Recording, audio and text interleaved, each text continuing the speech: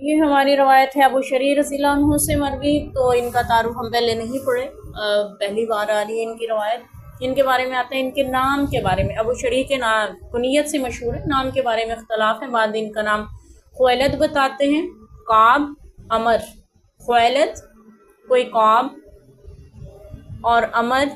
اور بعض کہتے ہیں ان کا نام ہانی تھا، ام ہانی پڑھا ہوا ہے؟ ہاں، ان کا نام ہانی تھا۔ ام ہانی تو نبی پاک کے چچا کی بیٹی حضرت علی کی بہن ہے نا، لیکن ہمیں اس نام سے واقف ہے۔ تو ان کے نام میں اختلاف ہے، البتہ یہ مکہ فتح ہونے سے پہلے مسلمان ہو چکے تھے، اور جب مکہ فتح ہوا تو فتح مکہ میں شریک تھے، اور انہوں نے اپنے قبیلے کا نشان اٹھایا ہوا تھا، یعنی جھنڈا اٹھایا ہوا تھا جو بھی تھا۔ مکہ فتح ہوا، ہم اس کا پہلے بھی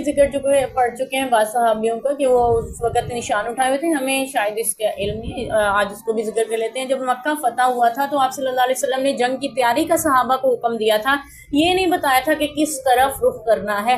ٹھیک ہے؟ تو ہم نے یہ بھی پڑھا تھا نا، حاتب بن ابی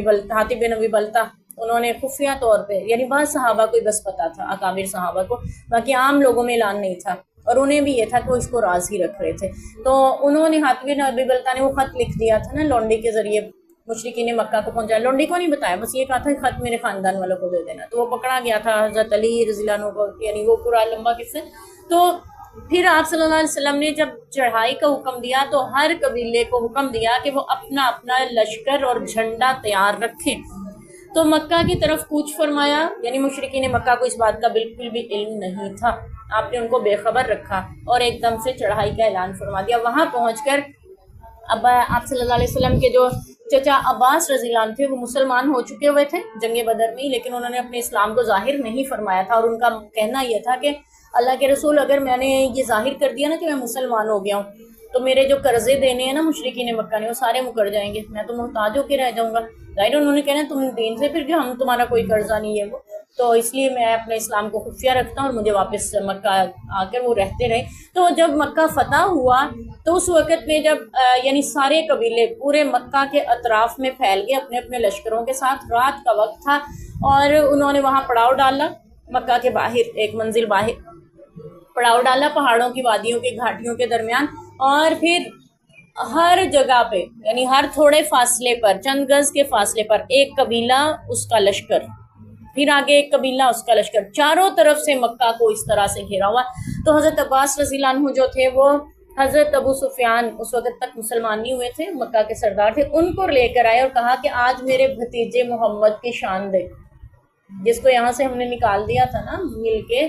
آج دیکھو کتنی شان سے وہ آیا ہوا ہے اور کتنی دنیا اس کے ساتھ ہے۔ وہ رات کے وقت میں پہاڑوں پہ ایک سے دوسرے، دوسرے سے تیسرے پہ لے کے چڑھتا چلا جا رہا ہے ابو سفیان کو ساتھ ساتھ، اور ہر جگہ آگ کے بڑے بڑے الاؤ روشن ہیں، جہاں پہ ان کا جھنڈا نصب ہے ان قبیلے والوں کا، اور اس میں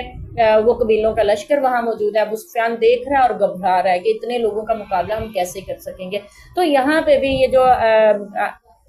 ابو شریح جو ہیں رضی اللہ عنہ، یہ بھی اپنے قبیلے کے لشکر اور اس کا نشان کے ساتھ وہاں موجود تھے، یعنی اور بھی صحابیوں کا ہم نے پڑھا نا، ان کے پاس بھی یہ اپنے جھنڈے کے ساتھ وہاں پہنچے ہوئے تھے، تو یہاں پہ ان کا بھی ذکر آتا ہے۔ تو جب یہ ساری دیکھی ابو سفیان نے، تو پھر اس نے کہا کہ مجھے محمد صلی اللہ علیہ وسلم کے پاس لے چلو ابھی اور اسی وقت۔ تو وہ آپ صلی اللہ علیہ وسلم کے خیمے کی طرف لے کے گئے، حضرت عمر نے آگے بڑھ کے روکا کہ یہ تو اللہ اور اس کے رسول کا دشمن ہے، اس کو میں چھوڑوں گا نہیں۔ حضرت عباس رضی اللہ عنہ کہتے ہیں میں اسے امان دے چکا ہوں، یعنی میں امن دے چکا ہوں، میں اس کو اس وعدے پہ لے کے آیا ہوں کہ میں تمہیں اپنی حفاظت میں لے کے جاؤں گا، نبی پاک ہے تم اس تک نہیں پہنچ سکتے۔ تو آپ صلی اللہ علیہ وسلم ان کی بحث سن کے باہر نکلے خیمے سے، تو انہوں نے عرض کیا اللہ کے رسول دیکھیے میں امان دے چکا ہوں، عباس رضی اللہ عنہ نے فرمایا۔ تو حضرت عمر اس پر وار کرنا چاہتے ہیں، تو آپ نے فرمایا عمر آنے دو انہیں۔ تو حضرت ابو سفیان جو ہیں وہ خیمے میں داخل ہوئے، پھر انہوں نے کہا کہ آج تو اللہ نے آپ کو بڑی شان دے دی ہے، یعنی آپ کی تعریفی جملے اور کلمات کہے، اور پھر انہوں نے ارادہ ظاہر کیا کہ مجھے کیا حکم ہے میرے لیے۔ تو آپ نے فرمایا کہ ہمیں نے تو عام معافی کا اعلان ہماری طرف سے ہوگا، جو شخص اپنے گھر میں محفوظ ہو جائے گا وہ بخش دیا جائے گا، جو لڑنے کے لیے آئے گا ان سے لڑیں گے ہم۔ تو ابو سفیان کہنے لگا میں چونکہ یہاں پہ ظاہر سردار ہوں، مجھے کوئی اعزازی حیثیت دی جائے۔ تو آپ صلی اللہ علیہ وسلم نے فرمایا ٹھیک ہے ہم اعلان کرتے ہیں، یعنی ہماری طرف سے اعلان ہوگا کہ جو شخص ابو سفیان کے گھر میں پناہ لے لے گا اس کو بھی معافی ہو۔ تو انہیں یہ اعزاز اپنے لیے یعنی اہم لگا۔ اور آپ کو پتہ ہے ایک وقت وہ تھا کہ جب یہ صلح حدیبیہ کی شرائط کو توڑ دیا تھا اور پھر صلح کرنے کے لیے دوبارہ مدینہ گئے تھے ابو سفیان، تو وہاں پہ ان کی بیٹی ام حبیبہ کے گھر میں گئے اور نبی پاک کے سردار ہوں، تھوڑی عزت لینا چاہی کہ پہلے جا کے تھوڑا اپنی عزت کرواؤں نبی کے گھر سے. تو جب اس نے دیکھا نبی پاک کے حجرے میں داخل ہوئے یعنی ام حبیبہ کے گھر میں اپنی بیٹی کے، تو وہاں پہ نبی پاک کا بستر لگا، اس پہ بیٹھنا چاہا تو حضرت ام حبیبہ نے وہ بستر کھینچ لیا، کہنے لگی وجہ نہ آپ مشرک ہیں، یہ نبی کا پاک بستر. کیا ابو سفیان نے کہا کہ باپ گھروں میں آتے ہیں بیٹیاں بستر بچھایا کرتی ہیں، بستر میرے قابل نہیں ہے، میں بستر کے قابل نہیں. تو انہوں نے فرمایا تھا یہ نبی کا پاک بستر ہے. تو یہ ابو سفیان اس وقت پھر مسلمان ہوئے تھے فتح مکہ کے موقع پر، اور پھر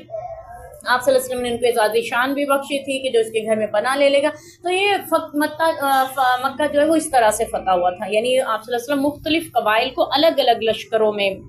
لے کر آئے تھے اور الگ الگ جھنڈے تھے، جس سے ان پہ مشرکین مکہ پہ خاص قسم کا روب پڑ گیا اور اللہ تعالیٰ نے مکہ کو فتح فرمایا تھا.